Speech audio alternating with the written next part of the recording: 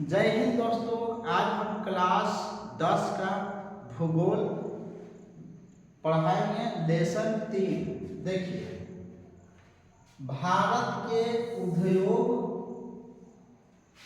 उद्योग का संबंध उन आर्थिक गतिविधियों से है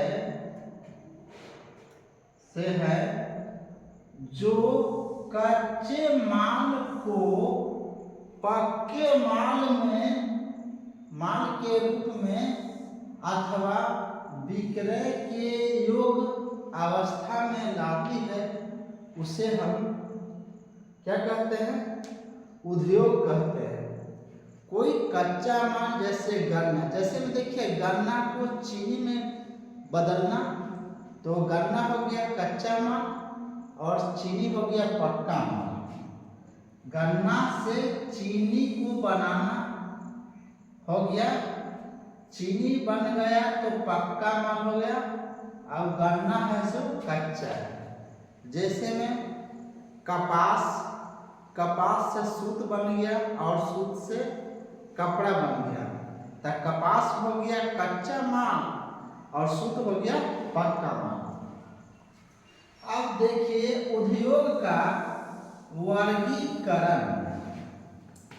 उद्योग कई प्रकार का होता है, जो जैसे में देखिए कृषि आधारित उद्योग। तो कृषि आधारित उद्योग में कृषि से संबंधित जो कच्चा माल से जो पक्का माल बनेगा उसे कृषि आधारित उद्योग कहा जाएगा। जैसे में सूती वस्त्र उद्योग, चीनी उद्योग। एक सूती के लिए कपास और चीनी के लिए कच्चा माल ईख, वो खेती से प्राप्त होती है। अब देखिए खनिज आधारित उद्योग, लोहा इस्पात उद्योग, सीमेंट उद्योग, एल्युमिनियम उद्योग, ये सब धरती से प्राप्त होते हैं। तो ये हो गया खनिज आधारित उद्योग, जो जिसे खाद्यान्नों से निकालकर कच्चा माल के रूप में फैक्ट्रियों में पहुंचाया जाता है और पहुंचा करके उसे लोहा के रूप में कन्वर्ट किया जाता है, पक्का माल बनाया जाता है। अब देखिए यहाँ खनिज प्लस तकनीक आधारित उद्योग। खनिज, एक तो खनिज हो गया जो खाद्यान्नों से प्राप्त किए हम, और दूसरा तकनीक जो खाद्यान्न से प्राप्त करके उद्योग में पाठ पुर्जा बना, और उस पाठ पुर्जा से कोई टेक्निकल चीज बन गया, जैसे में वायुयान निर्माण, जलयान निर्माण उद्योग, रेल निर्माण उद्योग आदि। अब देखिए वन आधारित उद्योग। वन आधारित उद्योग जो मतलब ऐसा जो वन आधारित उद्योग रहेगा वो केवल वन पर ही आधारित रहेगा। यानी कि वन से यदि उसे कच्चा माल प्राप्त नहीं हो तो वह फैक्ट्री जो है से इंडस्ट्रीज बंद हो जाएगी। जब कच्चा माल उसे मिलेगा नहीं तो फैक्ट्री चलेगी कैसे? और फैक्ट्री का मुख्य काम है कच्चे माल को पक्के माल में कन्वर्ट कर देना। चलिए आगे देखते हैं। जैसे में देखिए रेशम उद्योग, कागज उद्योग, माचिस का लकड़ी भी आता है, ऐसा बहुत सारे हैं। आगे देखते हैं।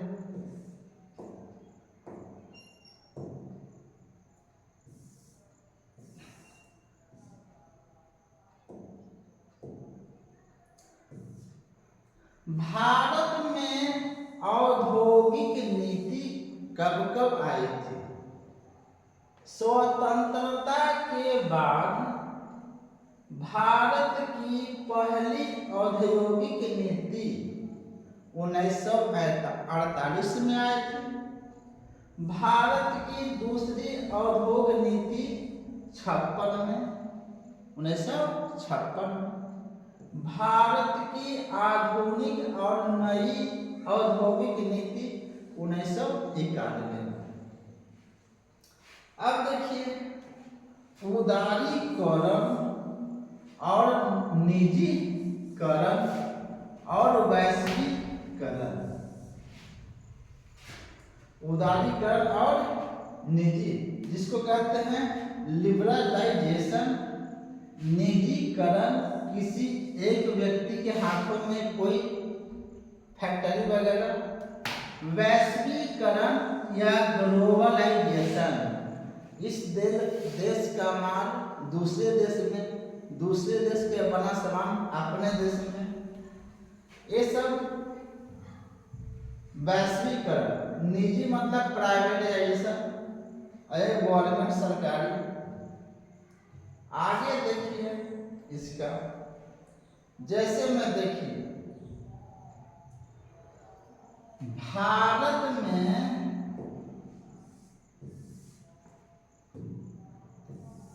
भारत में देश का पहला लौह उद्योग कारखाना 1874 में बराकर नदी के किनारे कुल्टी या मतलब पश्चिम बंगाल में स्थापित किया गया।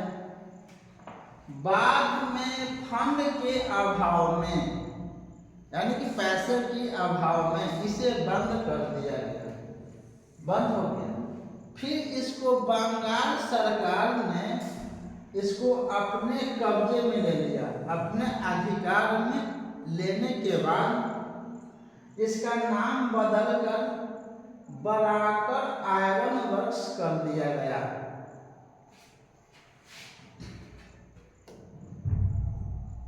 अब देखिए टिस्को, देखिए स्वतंत्रता से पूर्व स्थापित लौह इस्पात कारखाना, क्योंकि भारत देश तो आजाद हुआ था 1947 में, लेकिन 1947 से पहले देखिए एक ठो है टिस्को और इंडियन आयरन स्टील कंपनी, दो। देखिए बड़े पैमाने पर देश का पहला कारखाना 1907 में जमशेदजी टाटा के द्वारा झारखंड के साकची नामक स्थान पर स्थापित किया गया। अब देखिए इसको इंडियन आयरन स्टील कंपनी के IISCO का स्थापना, इसकी स्थापना 1918 7 के बाद 18 पश्चिम बंगाल के हीरापुर नामक स्थान पर की गई। इसमें क्या किया गया, कुल्टी, हीरापुर और वर्णपुर स्थित संयंत्रों को भी मिला लिया गया।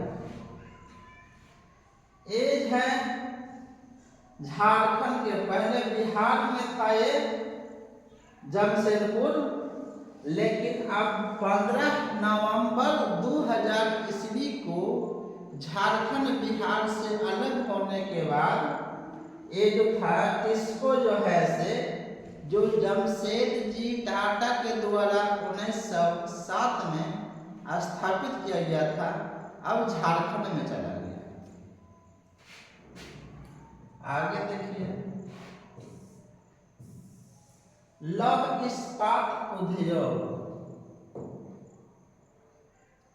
अब देखिए भारत में कितने फैक्ट्री, कोई भी फैक्ट्री हो चाहे दुकान हो, खोलने के लिए उसे पूंजी की आवश्यकता पड़ती है, तो जो इसके पास नहीं था भारत के पास।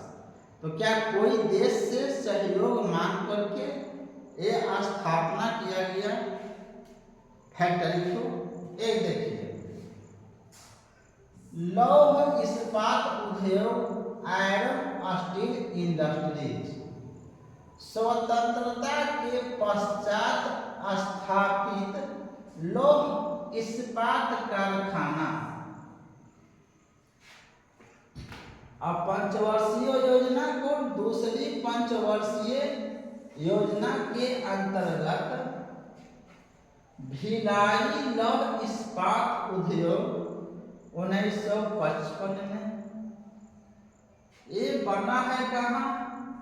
छत्तीसगढ़ में स्थापित किया गया भिलाई लौह इस्पात संयंत्र। कितना ईस्वी? 1955 ईस्वी। आजादी के बाद, आजादी के पहले क्या था? कुल्टी 1907 और एक 1918 इंडियन आयरन स्टील। अब देखिए, सोवियत संघ के स्थापना से बनाया गया था। तो ये याद रखिएगा कि भारत में कौन सहयोग किया था? सोवियत संघ मतलब रूस मदद किया। कहाँ कहाँ रूस का योगदान है? बोका फुलाया कहाँ? बोका फुलाया कहाँ? रूस में, जहाँ क्षेत्रफल ज्यादा रहेगा। ऐसे भी धरती पर सबसे बड़ा जमीन यानी कि क्षेत्रफल एरिया में किस देश का है? तो रूस का है।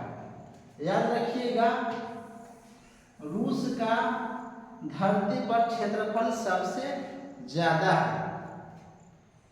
अब भारतीय राज्य में बोलिए कौन सा राज्य क्षेत्रफल में सबसे ज्यादा है? तो राजस्थान। तो याद रखना है ट्रिक से, बोका फुलाया, भुलाया से भिलाई, अब कहाँ फुलाया? रूस में, जिसका क्षेत्रफल ज्यादा है। ये तो हो गया कि बोकारो और भिलाई इस्पात संयंत्र को बनाने में मदद किया था रूस या सोवियत संघ कह सकते हैं। इसी का नाम है सोवियत संघ इसलिए कि पहले बहुत देश सब इसी में था। अब तो रूस ज्यादा टुकड़े में हो गया है, फिर भी क्षेत्रफल में ज्यादा है। अब मौका बुलाएगा कौन सा? जो नखड़बाज रहेगा तो क्या हो जाएगा? यानी कि 36 को नखड़ा, तो छत्तीसगढ़ याद रखिएगा। भुलाने वाला को 36 नखड़ा होता है, तो छत्तीसगढ़ और वैसा व्यक्ति को वैसा मौका जो है से मौका कहाँ के? झारखंड का। मौका झारखंड का बुलाया कहाँ? रूस में। और कैसा था वो?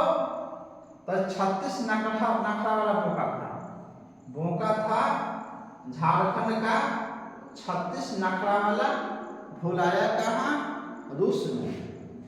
अब देखिए, दुर्गापुर लौह इस्पात उद्योग एक 55 के एक वर्ष बाद 56 में बना। अच्छा, सबसे बड़ा दुर्गा पूजा मनाया जाता है, सबसे बड़ा दुर्गा पूजा पश्चिम बंगाल में मनाया जाता है। कैसा मनाया जाता है? बड़ा दुर्गा पूजा। तब कैसा मनाया जाता है? बड़ा दुर्गा पूजा।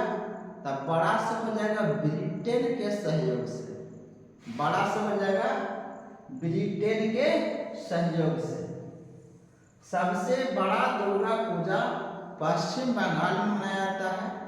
याद रखिएगा, जहाँ दुर्गापुर आ जाएगा, दुर्गापुर लौह इस्पात संयंत्र सबसे बड़ा मनाया जाता है। कहाँ? पश्चिम बंगाल में। अब बड़ा से हो जाएगा ब्रिटेन। ऐसा ट्रिक लगा करके याद रखने से भुलाइएगा नहीं कभी। चलिए, लाइन तो कट गया।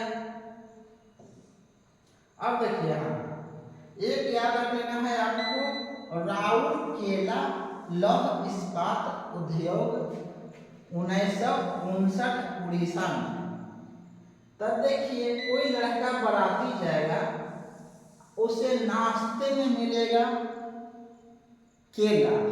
तो किसी को केला नाश्ता पैक करने वाले लड़के कोई बदमाशी करके किसी में छोटा केला और किसी में बड़ा केला, और एक ही जगह दो दोस्त बैठेगा, किसी में इतना बड़ा मिलेगा किसी में इतना बड़ा।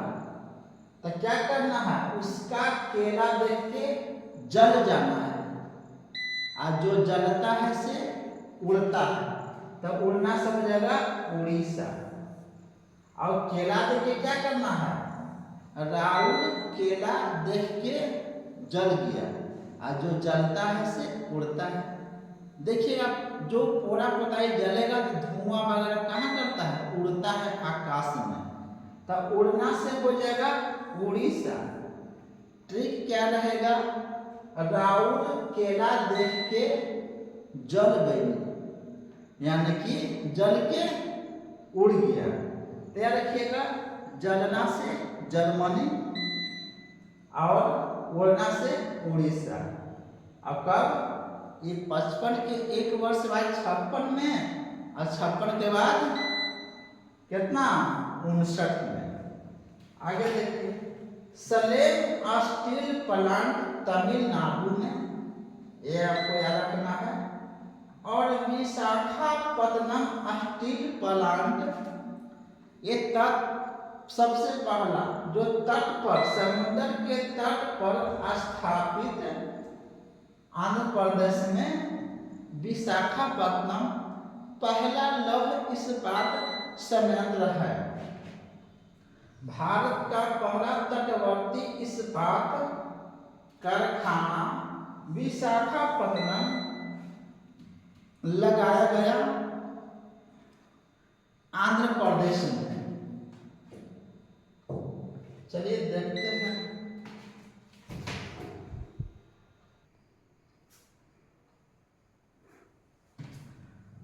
चलिए आगे देखते हैं। सूती वस्त्र उद्योग, आधुनिक ढंग से सूती वस्त्र पहली मिल 1818 में कोलकाता में लगाया गया था, लेकिन यह सफल नहीं रहा। सलेम फोर्ट ग्लोस्टर में की गई थी, किंतु यह असफल रही थी। सबसे पहला सफल आधुनिक सूती कपड़ा कारखाना 1854 में मुंबई में स्थापित किया गया था। मुंबई में कावासाकी डाबर द्वारा खोला गया था। देखिए, यहाँ मुंबई को भारत के सूती वस्त्रों की राजधानी के उपनाम से जाना जाता है। कानपुर को उत्तर भारत का मैनचेस्टर कहा जाता है, और कोयम्बटूर को दक्षिण भारत का मैनचेस्टर कहा जाता है, और अहमदाबाद को भारत का बोस्टन कहा जाता है। सूती वस्त्र का पहला फैक्ट्री आपको कोलकाता में लगाया गया था, जो कि असफल रहा। दूसरा सूती फैक्ट्री सफल रहा, जो वो मुंबई में लगाया गया था 1854 में, यह सफल रहा। सूती वस्त्रों की राजधानी के उपनाम से मुंबई को जाना जाता है, और उत्तर भारत का मैनचेस्टर कानपुर को कहा जाता है, और दक्षिण भारत का मैनचेस्टर कोयम्बटूर को कहा जाता है, और अहमदाबाद का का बोस्टन कहा जाता है। यह तो भारत का बोस्टन कहा जाता है। आगे देखिए, जूट उद्योग, सूती वस्त्र उद्योग के जस्ट बाद जूट उद्योग लगाया गया था। इसे सोने का रेशा भी कहते हैं।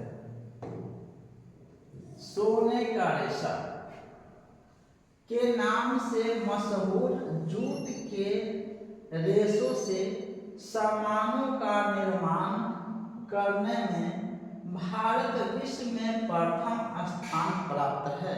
भारत को इसका पहला कारखाना कोलकाता के समीप रिसरा नामक स्थान पर 1855 में सूती वस्त्र स्थापना के एक वर्ष बाद 55 में कोलकाता में लगाया गया। एनसीईआरटी में दिया हुआ है, पहला पटसन उद्योग कोलकाता के निकट रिसरा में 1855 में लगाया गया। 1947 में देश के विभाजन के पश्चात पटसन मिलें तो भारत में रह गई, लेकिन 3/4 जूट उत्पादक क्षेत्र पूर्वी पाकिस्तान अर्थात बांग्लादेश में चला गया। अंतर्राष्ट्रीय जूट संगठन का मुख्यालय ढाका में है, जो कि बांग्लादेश की राजधानी है।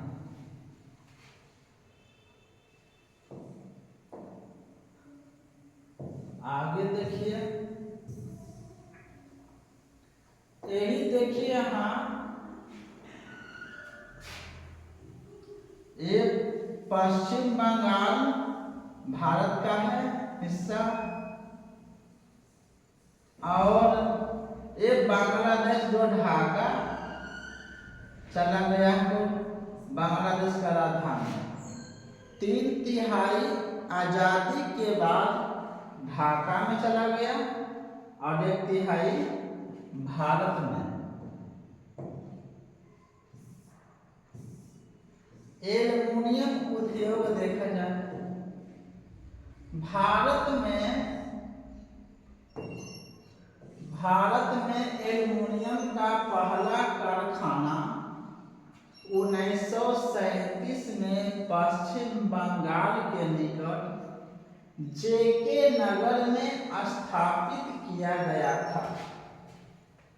भारत के प्रमुख एल्युमिनियम कंपनी बाल्को, जो छत्तीसगढ़ के कोरबा में है, मध्य प्रदेश के कोरबा में, और ये महाराष्ट्र के कोयना में। अब देखिए, हिंडाल्को रेणुकूट यूपी यूएसएस की मदद से बनाया गया था, और नालको दामन जोड़ी उड़ीसा एक फ्रांस के मदद से बनाया गया था। ये सारे एल्युमिनियम कारखाना, कोरबा जो है से महाराष्ट्र ये सोवियत संघ के सहायता से बनाया गया था।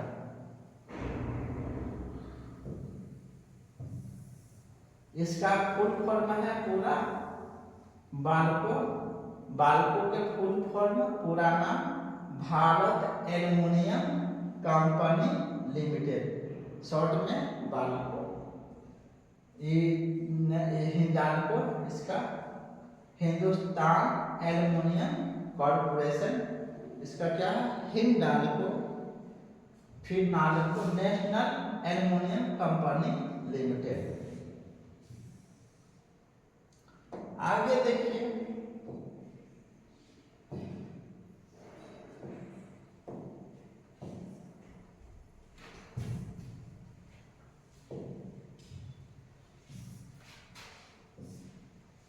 देश में वायुयान निर्माण का प्रथम कारखाना 1940 के बेंगलुरु में हिंदुस्तान एयरक्राफ्ट कंपनी के नाम से स्थापित किया गया।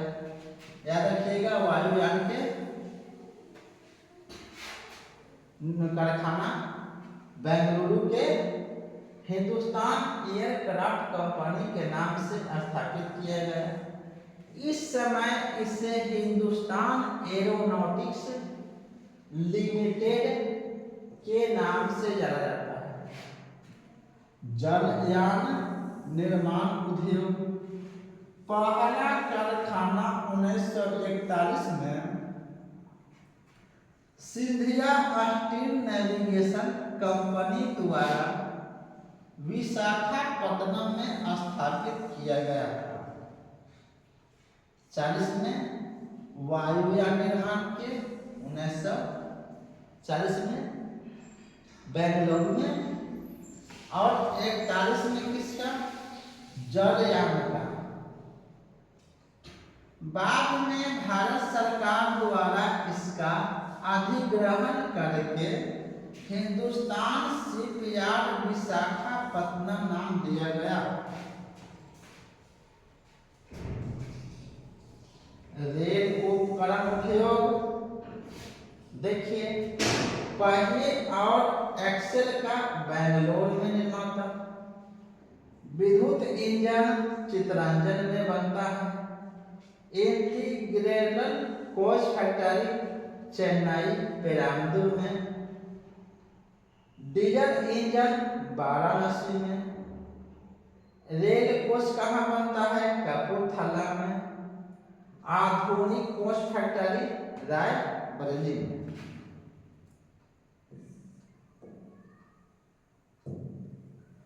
आगे देखिए, चीनी उद्योग। भारत में आधुनिक चीनी उद्योग की शुरुआत 1903 में बिहार में पहली चीनी मिल स्थापना के साथ हुई। भारत में पहली आधुनिक चीनी मिल की शुरुआत 1903 में हुआ था। अब देखिए, सीमेंट उद्योग। भारत में आधुनिक ढंग से सीमेंट बनाने का पहला कारखाना 1904 में मद्रास में लगाया गया था, जो असफल रहा। उसके बाद में मद्रास के कारखाने के बाद 1912 से 13 की अवधि में इंडियन सीमेंट कंपनी लिमिटेड द्वारा गुजरात के पोरबंदर नामक स्थान पर कारखाने की स्थापना की गई, जिसमें 1914 से उत्पादन प्रारंभ हुआ। आगे देखिए, ये तो सीमेंट का पहला 1904 में असफल रहा। पहला चीनी उद्योग 1903 में कहा बिहार में सफल रहा, लेकिन ये सीमेंट उद्योग मद्रास में 1904 में लगाया गया, असफल रहा। फिर 1912-13 की अवधि में मद्रास में ही लगाया गया। अब रासायनिक उर्वरक उद्योग, याद रखिएगा, रासायनिक उर्वरक उद्योग। भारत में उर्वरक का पहला कारखाना 1906 में तमिलनाडु के रानीपेट में नामक स्थान पर स्थापित किया गया। 1906 में उर्वरक मतलब खाद, यूरिया। भारत में प्रति हेक्टेयर उर्वरक खपत में पंजाब प्रथम स्थान पर है। आगे देखिए, चमड़ा उद्योग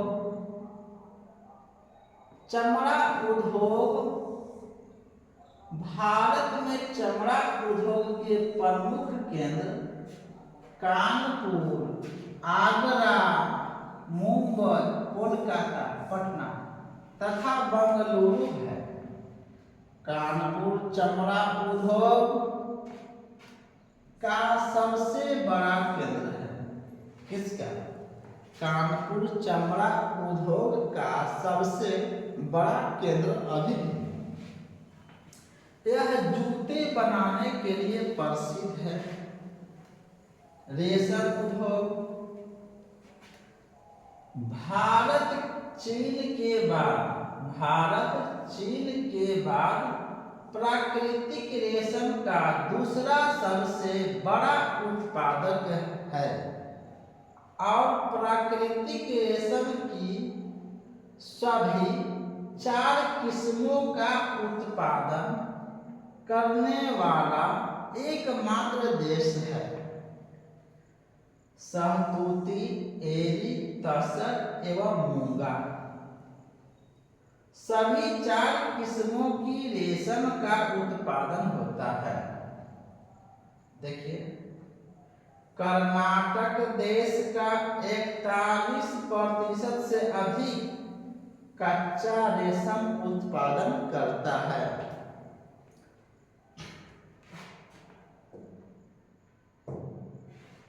आगे देखिए, एक कुछ क्वेश्चन आ गया, इसको हल करते हैं। देखिए,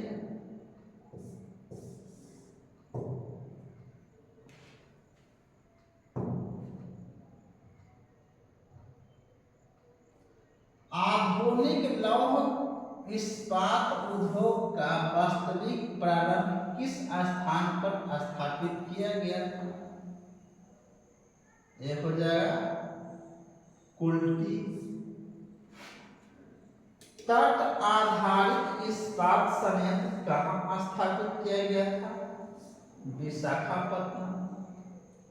दुर्गापुर लौह इस्पात संयंत्र किस देश के सहयोग से स्थापित किया गया था?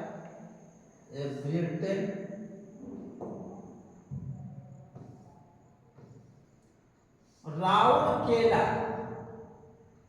राउरकेला इस्पात संयंत्र ट्रिक का दिए थे। राउरकेला देख के जल जाना, यानी कि जर्मनी के सहयोग से।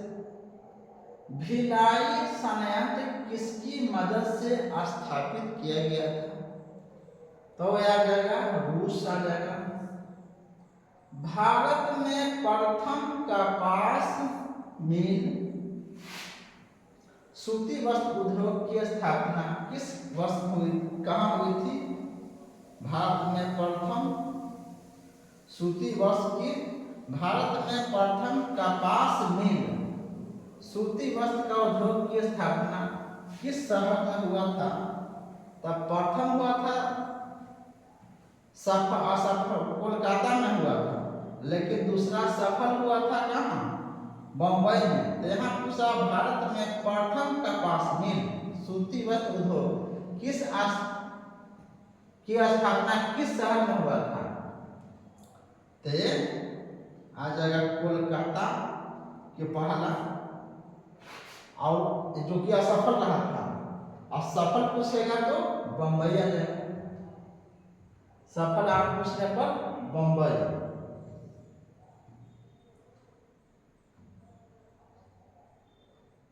दक्षिण भारत का मैनचेस्टर किसे कहते हैं? कोयम्बटूर हो जाएगा। भारतीय जूट उद्योग के लिए प्रमुख प्रतिद्वंदी कौन है? तो बांग्लादेश, क्योंकि यह तो चला गया 3 भाग। भारत में रासायनिक उर्वरकों के 2 बड़े उपभोक्ता कौन है? तो यहाँ पर लीजिए पंजाब एवं उत्तर प्रदेश। आगे देखा जाए, झारखंड में टाटा आयरन एंड स्टील यानी कि टिस्को की स्थापना कब हुई थी? तो 1907। सूची में मिलाइए। देखिए, सूती वस्त्रों की राजधानी मुंबई, पूर्व का वस्त्र यहाँ देखिए, उत्तर भारत का मैनचेस्टर कानपुर हो गया, दक्षिण भारत का मैनचेस्टर कोयम्बटूर हो गया, पूर्व का बोस्टन अहमदाबाद। क्लियर? आगे देखिए, चलिए ये क्लास 10 का भूगोल पाठ 3 आपका समाप्त हो गया। नेक्स्ट वीडियो मिलेंगे। जय हिंद।